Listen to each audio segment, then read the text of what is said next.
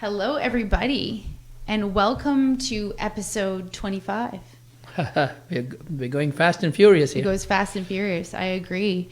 Today, Prem and I will be talking about creating a one-page business strategy. And I'm really excited about this because, as I said in our last episode, it's not that overwhelming to think about a one-page business strategy. Sure. I feel like anyone can do it.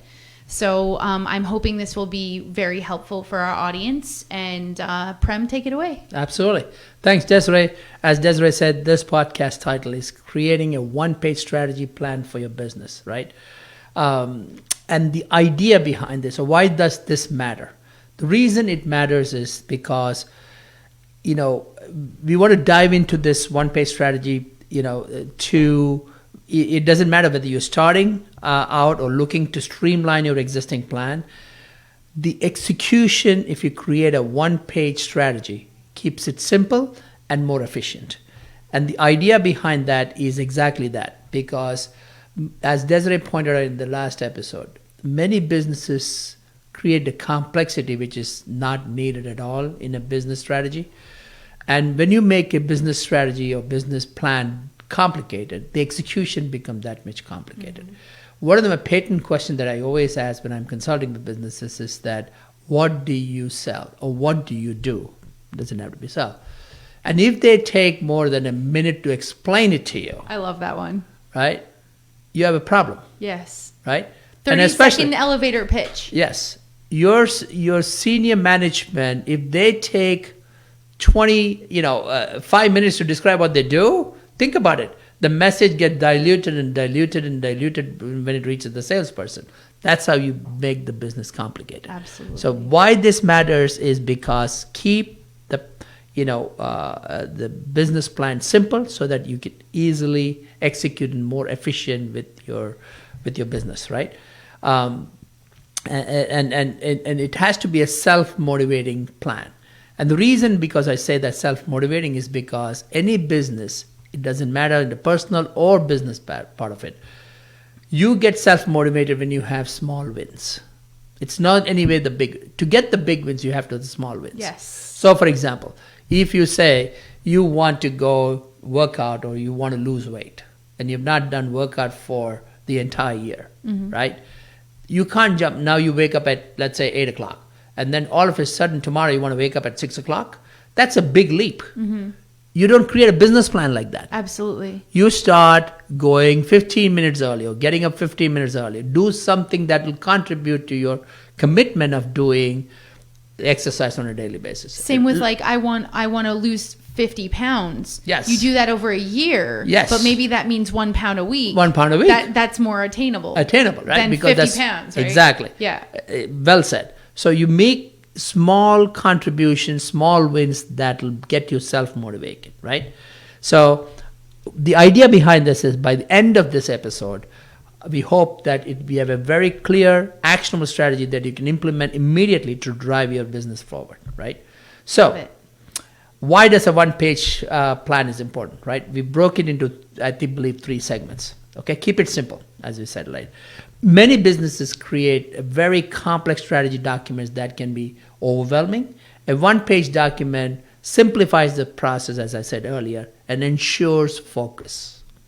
That part about the focus part of it, as human beings, right? You can't be focusing, on a large period of time because you're human beings. Yes. You need to focus. You need to take one task at a time. Little bites. And how, they say, how do you eat an elephant? One bite at a time. Exactly. I love so that. you take the strategic plan and you take little bit at a time and convert or act on it, because then that's when you come to know what the shortcomings of a business plan is. To me, the concept of a perfect business plan doesn't exist, because when you go to execute it is when the challenges come in. Definitely. So there's nothing like a perfect business plan. So focus, right? So give an example. When we look at a successful companies like Apple or Tesla, right? Mm-hmm. They have a very clear vision. So if you take Apple's vision is to create products that are sustainable, and the product line is, one of the best products that are out there. So what does that do? When you have a vision like that and you you contribute to society in that form of a product that is extraordinarily well put together, price doesn't matter. Absolutely. If anybody you ask, whether it's an iPhone, how much you paid for the iPhone, people will fumble. Doesn't matter. Oh, I don't know, but I paid 600, 800, because they're not worried about the price, because the product is so good. The experience and then the product, right? Yep. They have a very simple strategy. I think NASA, I remember hearing this story when asking, you're talking about vision and knowing everybody should know the vision of the company. When asking the custodian, like, what are you doing? Well, I'm trying to put a man on Mars. Yes. Right? I'm trying to put a man on Mars. That's the custodian cleaning bathrooms and toilets. Yes. Had the same vision that an astronaut. Right, so I love that example. So much that's a great example. Everyone on the team should. Everybody on the show has the same vision. Concept, the same vision. So, what are the key components of a one-page plan? So, I'm going to go through that pretty quickly. Right, the first one, of course, the vision and the mission. You have to have a very clear mission or a vision for the next 5 to 10 years. Now, again, when you plan that 5 to 10 years out, now.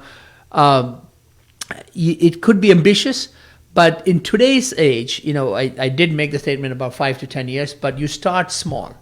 Take the first 12 months, what that is, or 18 months, or 24 months, what are the cases, and then extend that based on your experiences and your successes to the next 5 or 10 years, right? So, for example, Patagonia, which is known for their sports goods or outdoor activities, right? Their mission is to save home planet, our planet, right? Everything that they do is connected to that very decision. So their message becomes very powerful as an example of a vision, right? What's the mission? What is the purpose on your business? Why do you exist, right? I had a discussion with one of my clients, and he happened to be in a restaurant business, right? And I asked him, why did you start the restaurant? To make money. That's an incorrect answer because everybody is in business or work. Show me one individual that doesn't want to make money. Yeah. Right? That's not the reason why you want to start a restaurant. Yeah. Right? So I dug deeper. For food. I have a passion for food. And this gentleman happens to be in the Mediterranean food business. So he says, there's no merit. So now you're talking, the purpose behind it, right? So as an example, Warby Parker, which they just came into, because I've been, following them up for the last few years. They have a very simple message. The owners or their entrepreneurs that came out with the idea in Philadelphia while sitting and having a beer, and they found that, their glasses that are is supremely expensive, and then when they do research, they found out that glasses could be made very cheap, right? Nobody has to pay an exorbitant amount of money for great pair of glasses. So their whole idea was to create good glasses for a cheaper price. So they took the middleman out and went to the consumer directly, right? So again, it's their mission to keep designer eyewear attainable to common masses, right? Awesome. Number 2, clear objectives. As I said earlier, set short-term measurable goals. 3 to 4 goals per year. I think Desiree pointed that earlier. So for example, if your goal is to increase revenue, a measurable objective would be increase the revenue by 25% in the next 12 months. Because you can measure whether you hit it or not. Exactly, right? Yep. It could be, you don't have to go 25%. It could be as simple as 10% or 5%, depending on where you want to go.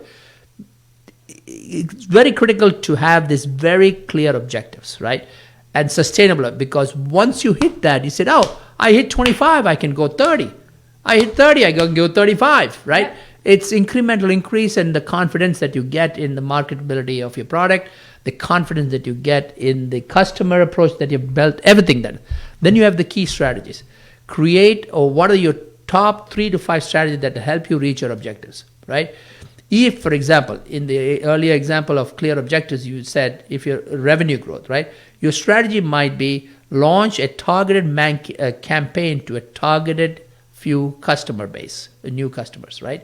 Again, going back to the first episode that Desiree talked about, knowing your audience. Knowing your audience, profiling your audience, will give you this, very key specific strategies that you can approach a certain niche target list of yours to test out the 3 or 4 strategies that you come up with, because then you know what's working and not working. Then I also think you can say, okay, I'm going to use these 3 strategies, but what are you looking for? So you have your goal of, let's say, 25% increase in revenue, but how are you going to do that? I'm going to do that by booking sales calls. Exactly. How many sales calls do you need to hit 25% increase in your revenue? Right. Then you look at conversion rate. So go a little bit deeper if you have the data, the historical data, if you've already been in business for a while. Look back and say, well, last year we had 100 sales calls and 30 of them turned into clients. That's a 30% conversion rate. That's going to help you hit that 25% increase because you're going to know exactly how many discovery calls you need if you close 30% of them. Great. So just remember to analyze it that way. And then the last part of the the key components is critical initiatives, right? Break down the initiatives to drive each strategy. They have to be very specific. For example, if for the marketing campaign, initiative might include create a content calendar, run Facebook ads, partner with influencers. Could be one of the strategic plan that they could get. Again, all these are very measurable part of it. So, again, to summarize, the vision, mission, clear objectives, key strategies, and critical initiatives, right? Yep. Now, you have the strategy put in place. Segment 3 is putting all this into action. Metrics and KPIs would be the first thing that I would want to put down. What are my metrics of anything that you do, right? What the key performance indicators are to measure what you just did. Because, as I said, there's no perfect plan. It's only when you go to execute the metrics that are put in place to allow you to figure out what went wrong. Yes. Or what part of my strategy I need to innovate or change based on the market conditions, your challenges that you face, because when you go to execute is when you find the challenges. So having the KPIs is critical. Absolutely. Yeah. So as an example, if your objective is to increase traffic, you should track the number of website visitors and conversion rate, as Desiree pointed out, will be a great KPI or key performance indicator to measure. Timeline. Assign a timeline for each initiative. Daily, quarterly, monthly, whatever the case may be. Yep. Right? If your initiative, for example, is to launch a new product line, the timeline should be by the end of second quarter, complete the product design and begin production if you're producing something. It doesn't have to be anything that you produce. It could be anything that you want to do. Launching a service. Service. Or, having X number of clientele. Yes. Put a timeline on and see how you did against that timeline. Whether any of your actions need to be refined, added to, looked and correct what's been a waste of time or energy in not so productive initiative that you put together, and then looking at the third part, resource and budget.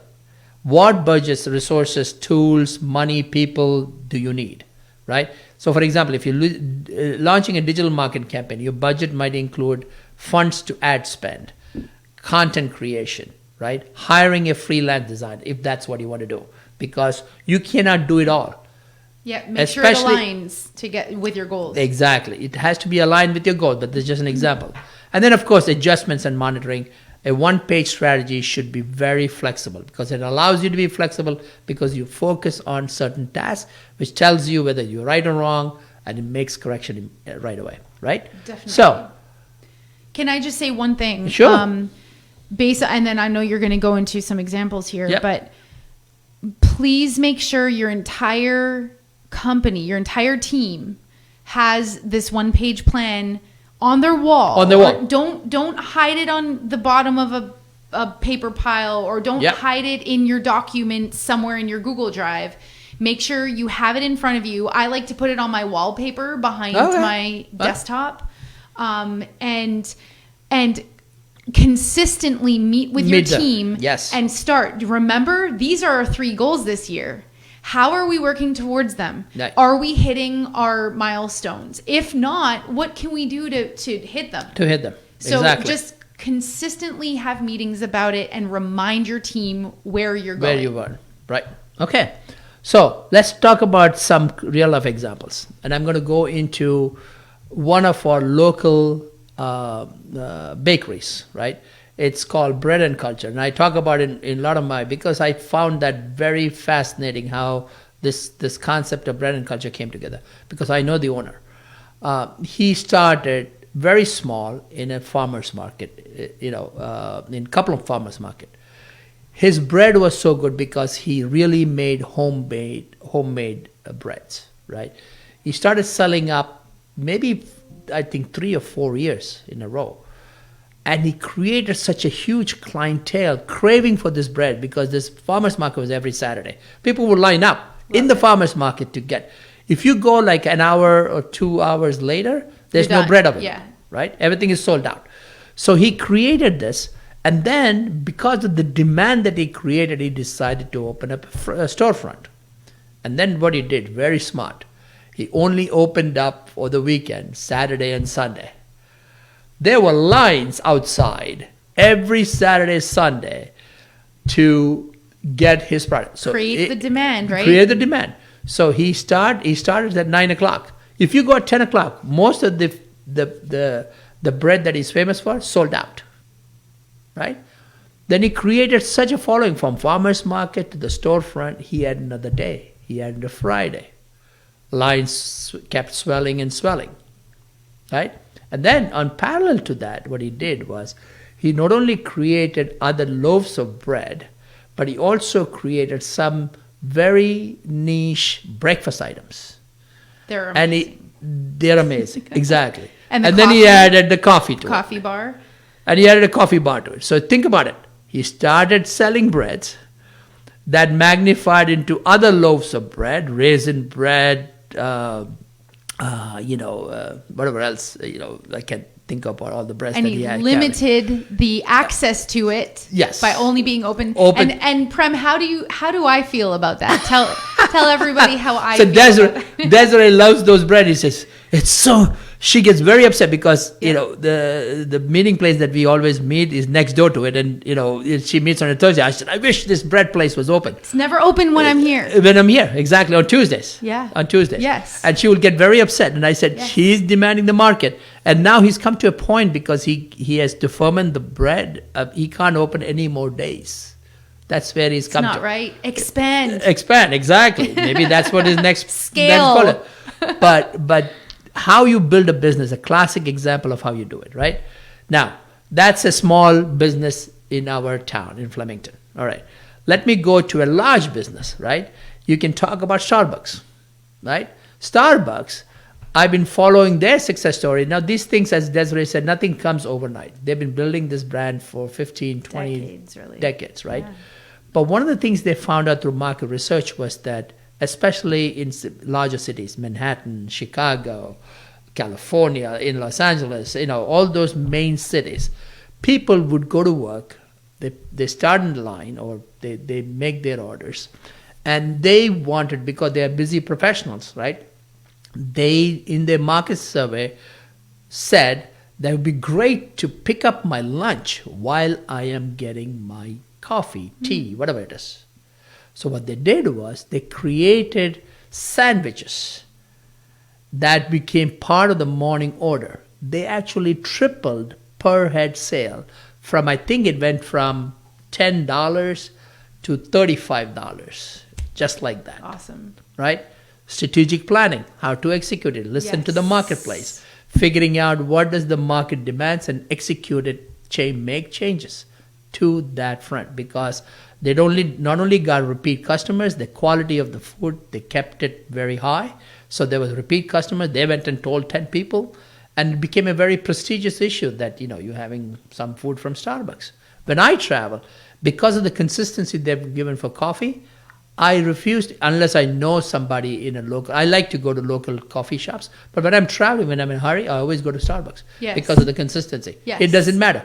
I've been to Barcelona, coffee shop, same thing, right? Predictability. We love that. I go to Mumbai. There's a great Starbucks place which they have original mahogany, tables and things like that. Whenever I go to Mumbai city, that's where I go. They have mastered the replicability and the consistency of their product across the globe. I love it. So I just want to give it one more example. Speaking about strategic plan, remember McDonald's, and I always hated this, but they had breakfast from 5 in the morning till 9:30. I think they cut it off, and people are like, you got your people hungover, woken up on the weekends late. It's like we can't even go to McDonald's and get breakfast. So part of their strategic plan one year was to release breakfast all day long. Yeah. Right, and remember that affects a lot. That affects your front, the assembly line of food making in the back, because you need to offer more things at different times. So there's more to it than just putting up the menu for longer. Exactly. Right? Execution part of it. Exactly. Yeah. And you need to have those ingredients available all day. So part of your strategic plan, and make sure to make it each year. Refresh it. Yeah. So actionable stuff, right? Think about what we just talked about creating a one page. We just talked about 4 things from to create from a perspective of the strategic part of it, the key components of it. One side, vision, clear objectives, key strategies, critical initiatives. And then how do you put it together? Metrics, KPIs, key performance indicators, timelines, resource and budget allocated to, and adjustments, right? Between all that, make sure you take a piece of paper and write it down, and with the actionable steps. So, to summarize all this, here you have it, one page. By the way, we have created a one page that we'll put on our website, Conversion Chronicles, so you can download that and use it for any of your purposes to create the one pager, right? A simple, effective one page strategy that can help you focus on the things that actually matters the most from a business plan. Now, having said that one page, you can always build strategic plan for each of your individual components of the one pager, right? I'm not suggesting that you just keep it to one. This is the way you help you execute it. But you can have a lengthy version of some of the components of as you build your teams. The marketing team can definitely have their with more detailed plan. Sales teams can have, but all these needs to be connected. Yes. Right. One of the things that I find most for opportunities is marketing and sales don't talk to each other, or operations. all the operation. Right. It doesn't matter. When did that happen? Oh, I didn't even know that. Okay. Well, we have that promo going on. What? Yeah. Exactly. Right. So call to action. So one thing I always say to any of the clients that I consult, you don't need to create a perfect plan. There isn't one. Nope. Okay. Just start. Just do it. Just start, because when you start it, you get these mini wins. It'll propel you to do the next step. Yep, and it excites you. Exactly. Love it. So here you have it. We did it within the 25 minutes or so. Thank you, Prem. Yeah, it's so thanks for listening in today, and Desiree? Yes, absolutely. So our next episode is going to be back to the webinar subject. Yes. How to promote your webinar using email marketing in 7 days. Absolutely. So I think that's going to be a fun one to talk about. We'll dive a little bit deeper into email marketing. Today we touched just the surface of it, or I'm sorry, last episode. Right. And for you to watch and view our other episodes, you can find us on our website where they're archived, conversionchronicle.com. Yeah. There is no S on the end. Yeah. We are also on Spotify. Yeah. And you can also please follow us and like us on our Facebook page, which is just /conversionchronicles.com or /conversionchronicles. We also go live on Facebook, and we also have a presence on LinkedIn, which is also /conversionchronicles. If you need to contact Prem or us for strategic business planning, or maybe you feel like doing webinars in the future, you can find our contact information on our website, conversionchronicle.com. And thank you very much for listening. We'll see you next episode.